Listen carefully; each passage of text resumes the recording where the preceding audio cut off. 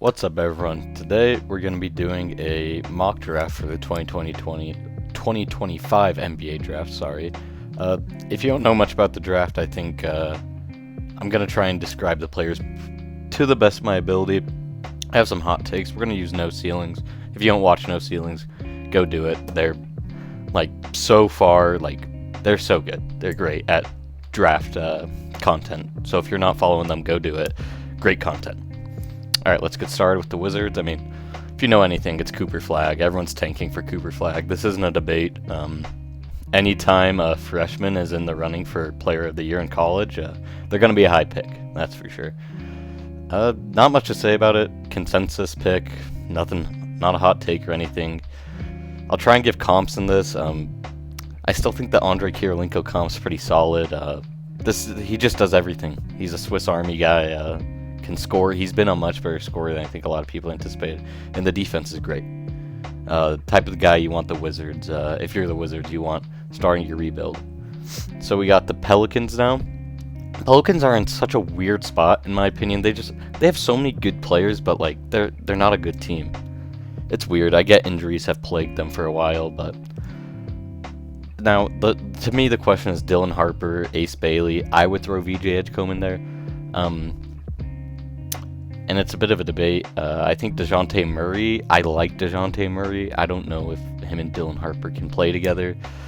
In my opinion, I think Ace Bailey is the number 2 player in this draft. I know that's kind of a hot take, but his size at 6'10", he needs to bulk up a little, but he moves really well for someone that's 6'10". I think the defense will develop. He's got a good shot, got a good mid-range.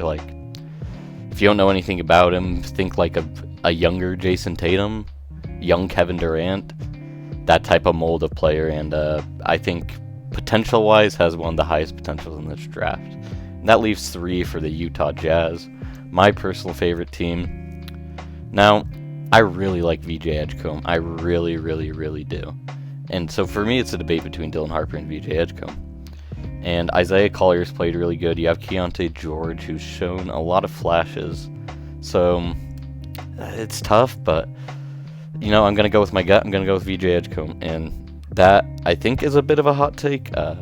Personally, I've seen VJ play in person. I had really good seats. I was essentially right there on the court. And there's been a lot of people saying he's not 6'5". In my opinion, from what I saw, he looked to be 6'6", 6'7", around that range, so even taller than listed. But when deciding this pick, the Jazz really need defense. Their offense is actually fine. Defensively, they're really bad. In my opinion, VJ is probably the second best defender of this draft, besides Cooper Flag. And I think Victor Oladipo comp makes a lot of sense. A young Donovan Mitchell comp makes a lot of sense. There are a lot of question marks about shooting coming into the year, and in conference play he's been a really, really effective shooter, both from the free throw line and three-point line, which free throw and three-point efficiency often correlate when translating to the next level. And then the Hornets, I don't think they pass up on Dylan Harper. I mean, you have LaMelo Ball, but Dylan Harper, just a really good player. Getting him at 4, you're really happy about. In conference play, the efficiency hasn't been great. He hasn't been nearly as good in conference play as he was before. He's dealt with some injuries. I don't think Rutgers was the right choice. He's obviously kind of went there. I'm sure he got some NIL, but went there to get be the number 1 guy, be the top dog, get as many shots as he wants, and he's been able to do that. But the team around him hasn't been performing. They haven't been a great team. So yeah, I'm not the biggest Dylan Harper guy, but he's definitely going to be a solid player. Then the Raptors at 5.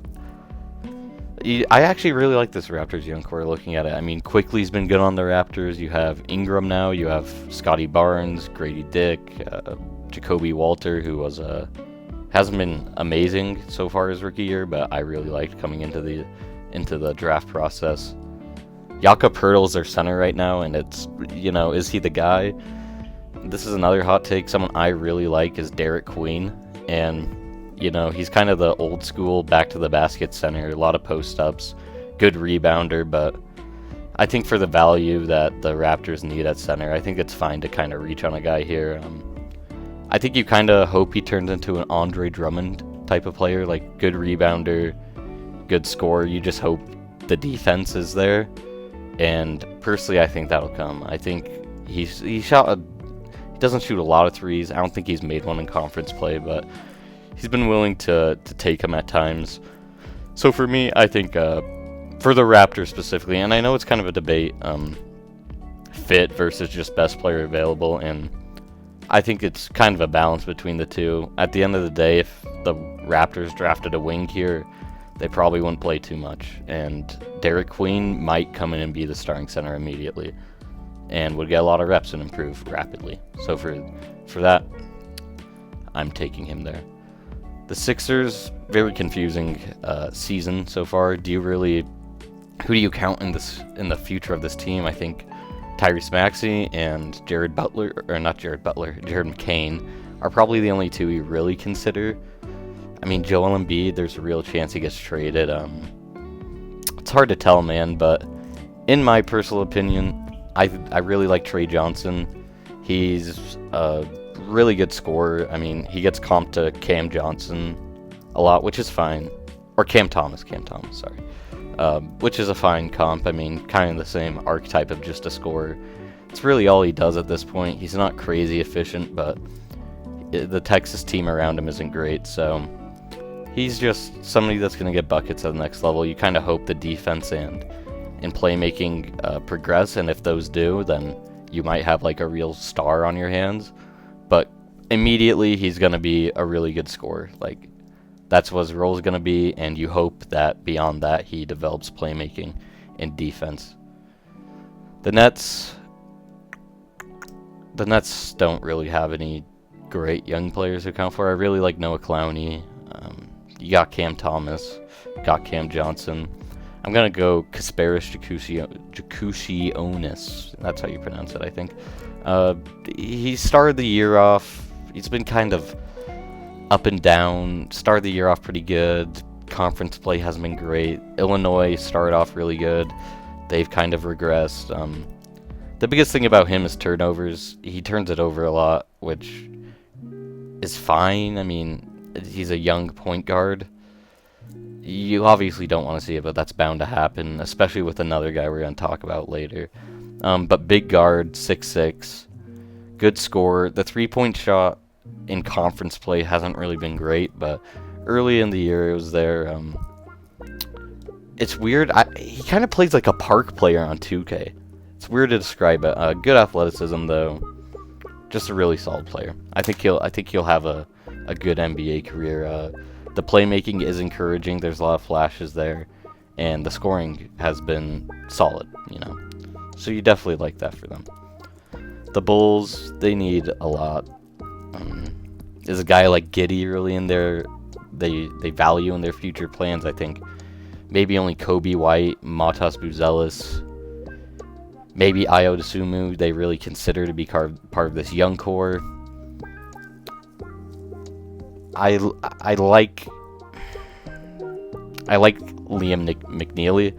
He's been playing really good recently. There's kind of a debate on whether he's the best shooter in the draft, which I don't think he is, but he's kind of the prototypical do-it-all wing, I guess. He shoots the ball well. He can drive. He rebounds really good for his size. Solid defender. Kind of the type of guy you just want to get on your team, like on a rookie contract if you're trying to improve.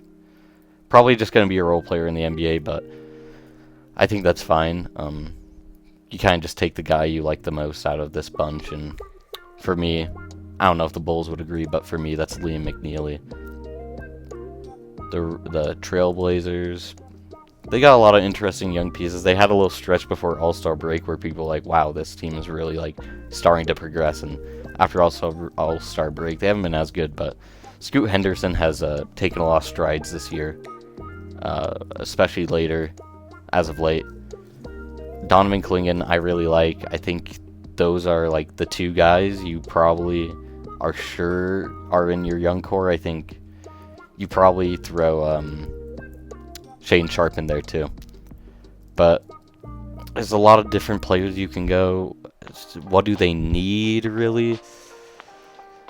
It's a tough choice.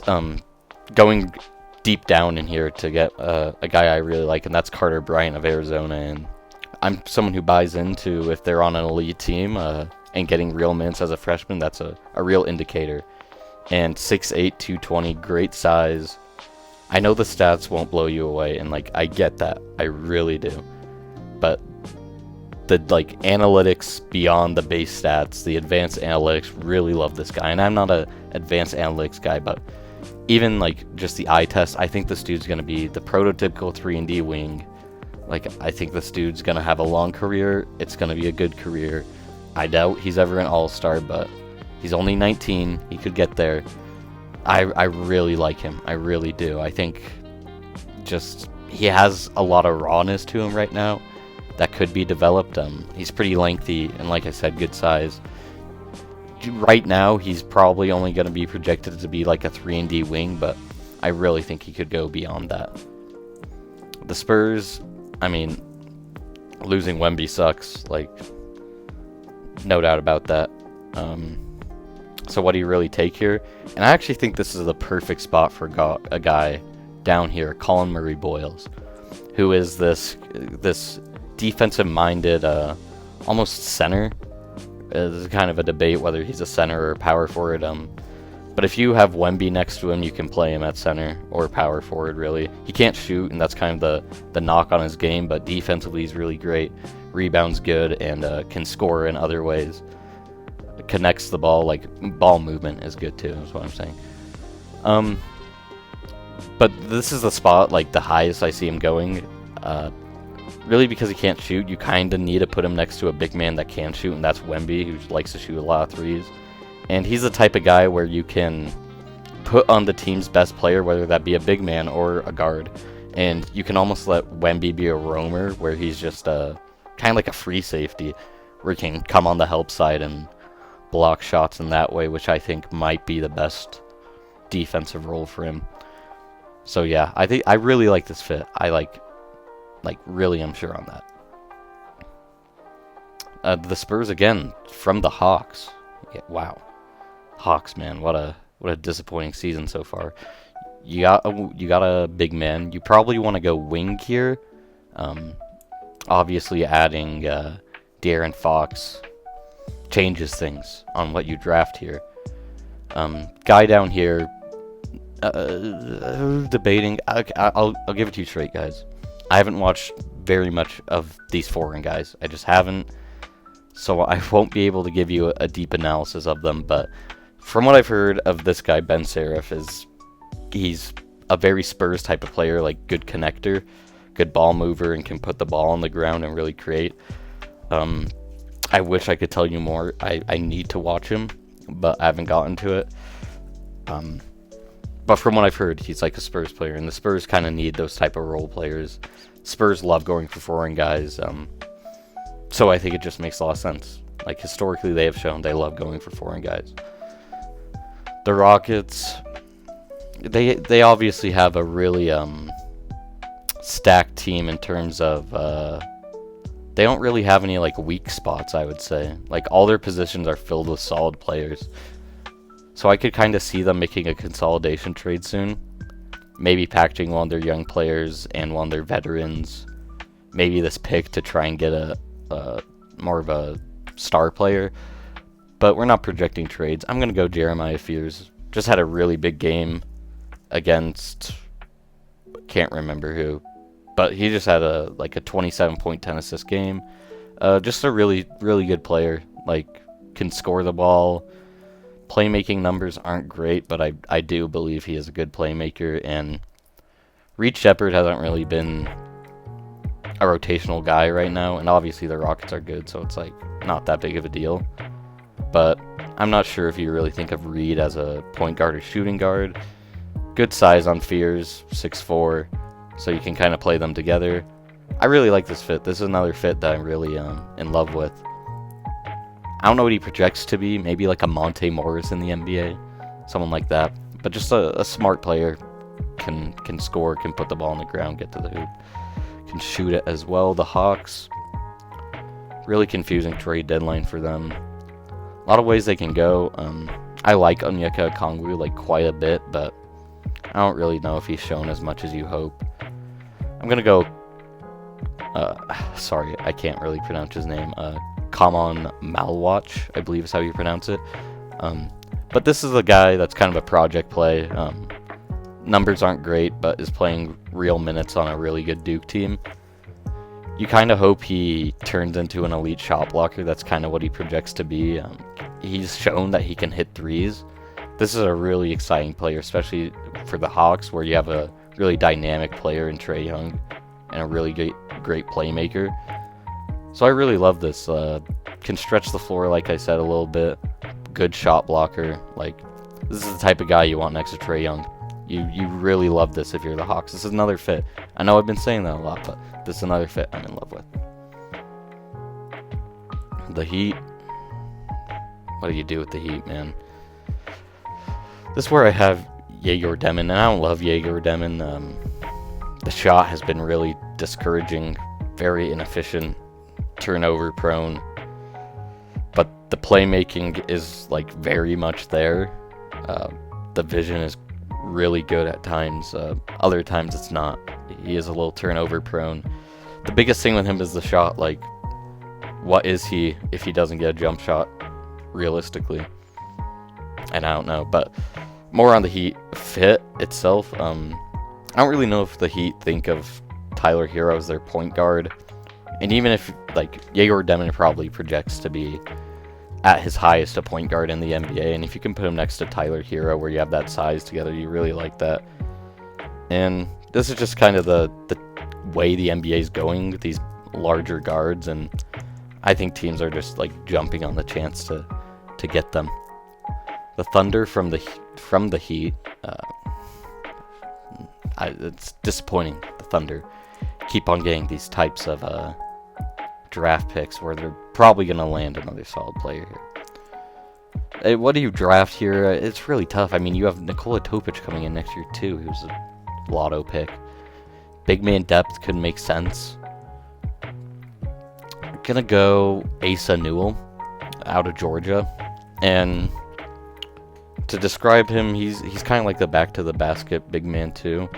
Doesn't really have much of a jumper, which is a little scary, but I think on the Thunder, it's a good fit because he's very much like a change of pace guy compared to Chet Holmgren, where Chet Holmgren's this defensive center. And I'm not saying Asa Newell's a bad defender by any means, but he's not elite like Chet. And Chet's kind of, perimeter centric more, and you're getting kind of more of an inside force with Asa, which I think for the Thunder makes a lot of sense to get that kind of, change of pace, Throw him in, see if he can change things if a game's going badly. The Magic are just in a weird spot, and I really do like this young core, but it's kind of discouraging that they didn't make more trades at the trade deadline. Kentavious Caldwell-Pope hasn't been nearly as good as they hoped. They obviously need shooting, like, it's kind of obvious. I don't know how they haven't done anything about it. There's a guy I really like down here, Will Riley out of Illinois, plays with Kasparis, and he's probably a top 4 shooter in the draft, in my opinion. Really streaky guy. I don't know if he declares for a draft this year, but if he does, I would take a chance on him. There are times in games where he just like explodes for like 9 straight or something. I know the numbers aren't great, but man, like, for what the Magic need, this is a really good fit, in my opinion. He needs to bulk up a little bit, but I think he's going to be a really good shooter in the NBA. And right now, I don't think you really think of him as like a high potential guy, like super high potential, but there's certainly a lot to be progressed in his game that could lead him to make a bigger step and become maybe an all-star one day. That's how highly I think of him. The Timberwolves have been... Oh, this is from Detroit. Well, I didn't know Detroit was giving their pick to Minnesota. The Timberwolves need a lot. Rob Dillingham has had his moments where you're excited. Ant's been Ant. Naz Reid, you obviously like Naz Reid, but I believe yeah, he signed an extension, so you have him locked up. I think you go wing here. Just makes the most sense in my opinion. Julius Randle, I don't know what they're doing with him. I'm gonna go with Conknoople, out of Duke, playing with Cooper Flag. Kind of the same type of player as Liam McNeely, which we talked about earlier. Kind of this prototypical do-it-all wing. One of the better shooters in the draft. Relatively athletic, good size. I just think he'll be a solid player. Like, not much else to say about it. If you see a solid player in this situation that fits a need that you have, you take it. And, you know, I'm trying to give comps for some of these guys, kind of thinking of them on the fly. But this is kind of just prototypical 3-and-D guy in the NBA, right? Just 3-point shooter, which is obviously really popular. The Jazz, my favorite team. I don't know if I mentioned that earlier. They need a lot defensively. VJ Edgecombe's a step in the right direction. You really like Walker Kessler. He's shown, like, he is the franchise center right now. Kyle Filipowski, I think, has shown a lot his rookie year, where you're like, this dude, he's another guy where it's kind of a change of pace center compared to Walker Kessler. I think he's a good backup. Obviously, Taylor Hendricks suffered that freak injury, which is really unfortunate. I think you do need more wings, and for that, I'm going to go Noah Essengay, who I haven't watched much of, so I can't give much of a description. I like how the jumper looks. I'll say that. I think he's a good athlete. Typically, France produces good players, and the Jazz have shown that they like French prospects with Rudy Gobert, and then they really tried to trade up and get Bilal Coulibaly from, like, what Jazz reporters have said. So I think this is just the type of guy they would like, but I can't give you too much of a description of him. The Mavericks obviously made the shocking Luka trade. Really hated, like, people really hated that, obviously. But it really changes the complexion of this team. Hopefully Anthony Davis gets healthy. He looked really good when he was playing. But what do you go here? They've kind of built this kind of culture of, like, getting defensive wings, which I think they might continue to build to with guys like Najee Marshall and PJ Washington, Caleb Martin. They've really emphasized defense. So I'm going to go with Nick Clifford out of Colorado State. An older prospect, but someone that can come in and help immediately. Just a really, really good player. Like, rebounds really good for his height. He's 6'6". Averages 10 rebounds a game, good scorer, you know, not like an amazing shooter, but can shoot it. Just the type of guy you want to, like, add to a team that you're trying to contend with. And he's not, like, old where it's like he's gonna be out of his prime soon. Like, you like this type of guy to add to a team that you kind of have an established core already, and you're kind of adding someone that fits that culture and that core immediately.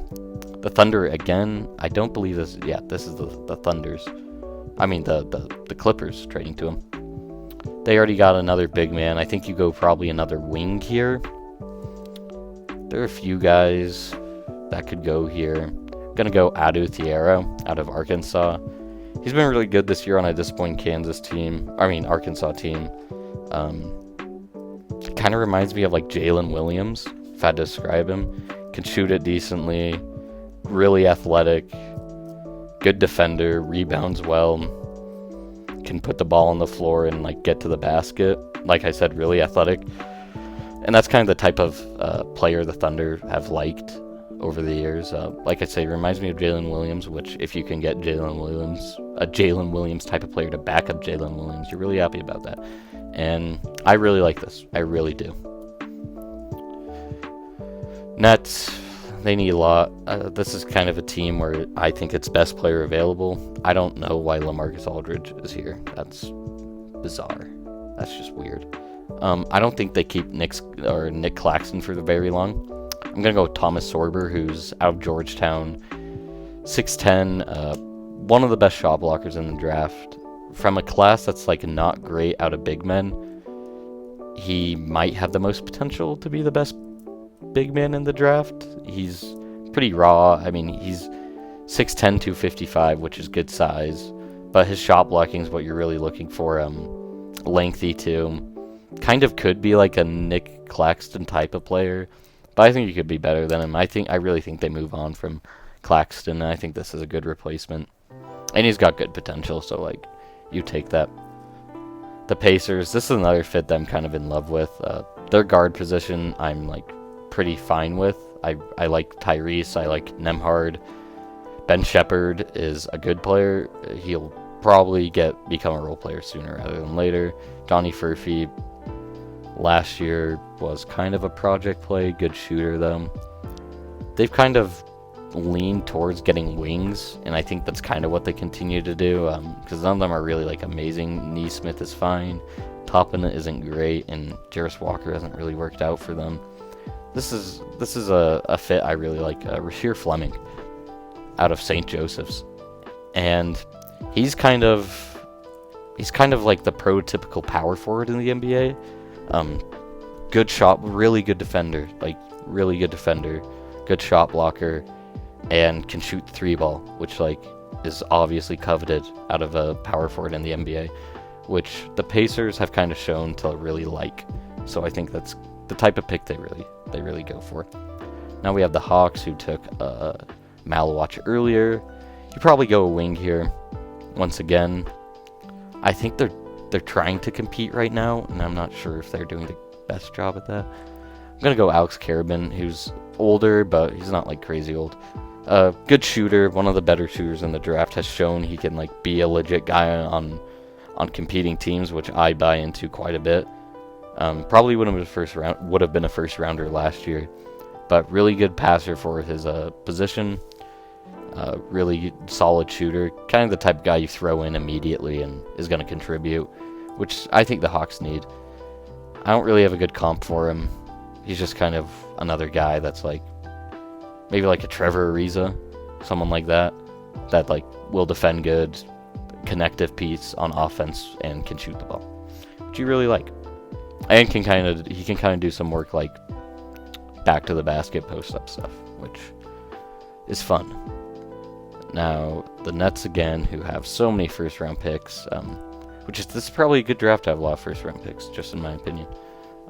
When I make this mock draft, I'm like, I want to get certain guys in the first round, but I can't, and that's how I felt about the Wemby draft, and the Wemby draft was really good. So like, I think that's a good sign for this draft. They already took a point guard, they took a center, probably looking more for wings now. I'm gonna go with Nolan Traore, who I do not love. Has been really underwhelming this year and was projected to be drafted really high. Hasn't performed well, but with how many first round picks they need to take some like home run swings, in my opinion. He's kind of that guy that you want to take a home run swing on. Like I said, projected to get drafted really high. Had a good year last year. Hasn't really produced this year. But you like his defense, and you hope the offense can develop. That's kind of all you can say. France has shown they produce good players, so like, you kind of buy into that too, in my opinion. The Nets again, I don't know what you go here, to be honest. Like, I'm not in love with any of these guys right here, so I'm gonna go deep down here, like deep. I don't even know if he should be on here somewhere. Someone I really like, doesn't play much, but maybe won't even declare this year. Hold up, let me find him. Alright, here we go.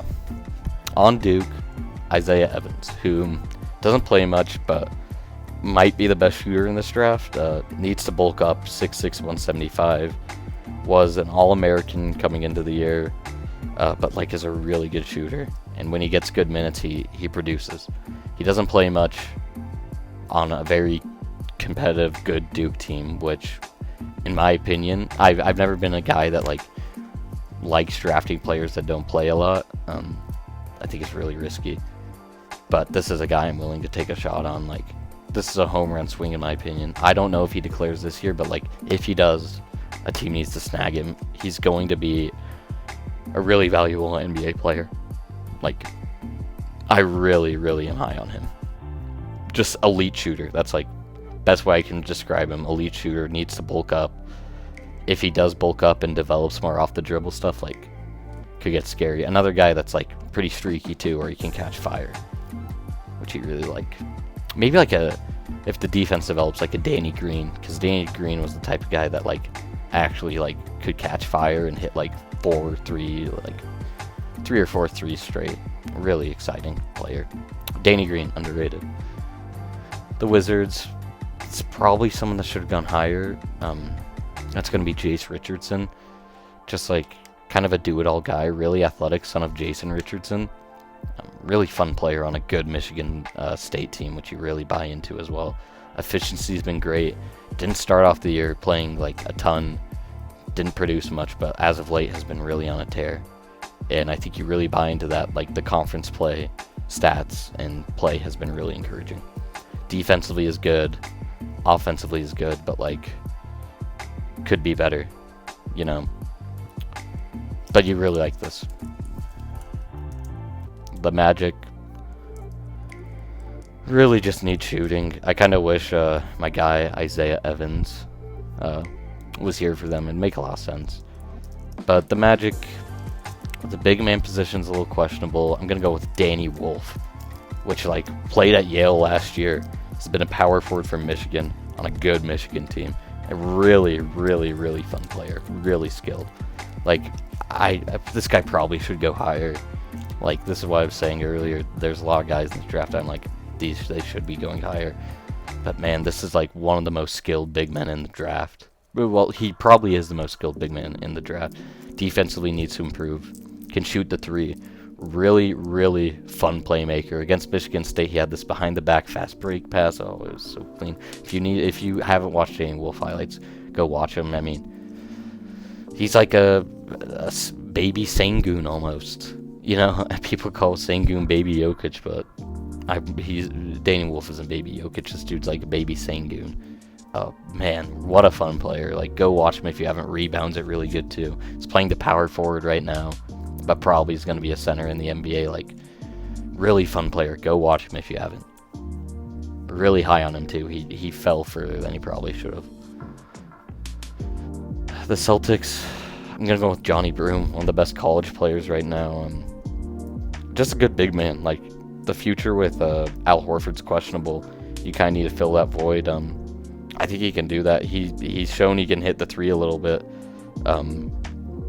He's obviously more of a back-to-the-basket guy, which is why, like, the National Player of the Year candidate, like, favorite drops so far. Typically, you don't really see that, but typically it's a back-to-the-basket big man that, if they fall, it's someone like that.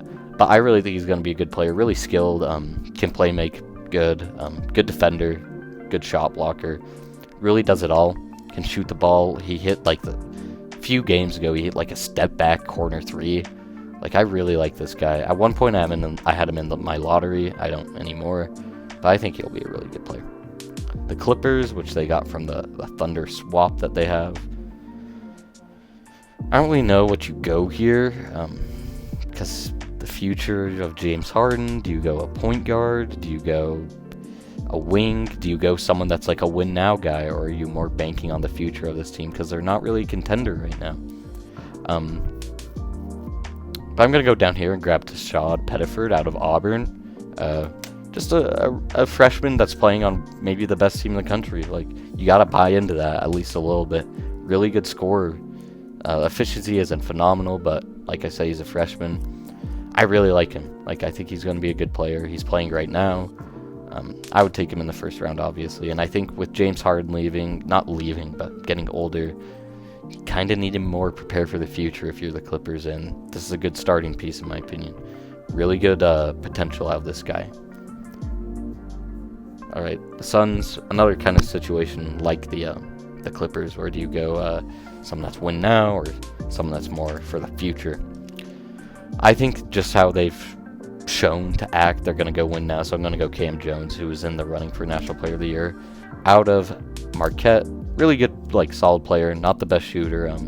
Maybe like a Marcus Smart is how I'd comp him. But yeah, rebounds are good for his size, good playmaker, good scorer. Needs to improve the three-point shot, good defensively, but he'll be a good NBA player. I'm pretty confident in that. It makes sense for the Suns who need defenders, like hardworking, gritty guys. They don't really have those types of players, and this is the type of guy that he's gonna play hard and he's gonna defend hard. And if you need him to do stuff on offense, he'll get it done. And yeah, that's my first round mock.